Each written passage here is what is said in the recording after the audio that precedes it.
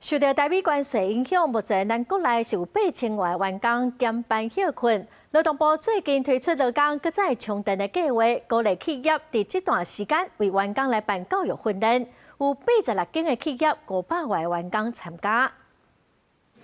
受美国关税冲击影响，根据劳动部上新的统计，全台拢总有398间的厂商，8000多名员工实施减班休困，其中受到关税影响的企业就310间，占通报人数的9成。在咧这段减班休困的期间，劳动部也推出来劳工搁再充电计划，目前已经有86间的企业500多的劳工参加。减班期间，劳工去上课也会当请训练津贴，每点钟190块。为着要鼓励更较侪人参加， 劳动部也放零规定，对每个人开班办0到1个人也会当开课。因为我们之前限制5个人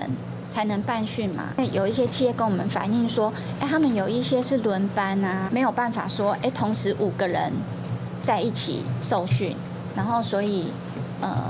就是我们就放宽这个限制。 劳动部强调，企业无订单爱劳工减班休困的期间，若是有办充电计划，教育训练的钱也会当向政府申请，上悬补助350万。因应美国关税对台湾劳工的影响，除了劳工再充电计划、劳工就业通计划、甲雇佣安定措施，其中雇佣安定措施受到减班休困的影响，符合条件的劳工，每人每个月上悬会当领12100块的补贴，但是劳团认为钱伤少。 有的劳工伊本来就是领最低工资，咱即马雇佣安定措施的减班休息，嘛规定讲你上加就是爱领这最低工资，所以原本就是领最低工资的这群的这劳工，伊可能就无搁有这减班休息相关的这空间。劳动部回应相关的政策，拢是希望帮助劳工伫咧减班的期间有稳定的收入，也趁机会提升专业能力。另外一方面，也是协助国内企业提升人力资源，达到永续经营的目标。记者陈亚轩、林巧凯台北报道。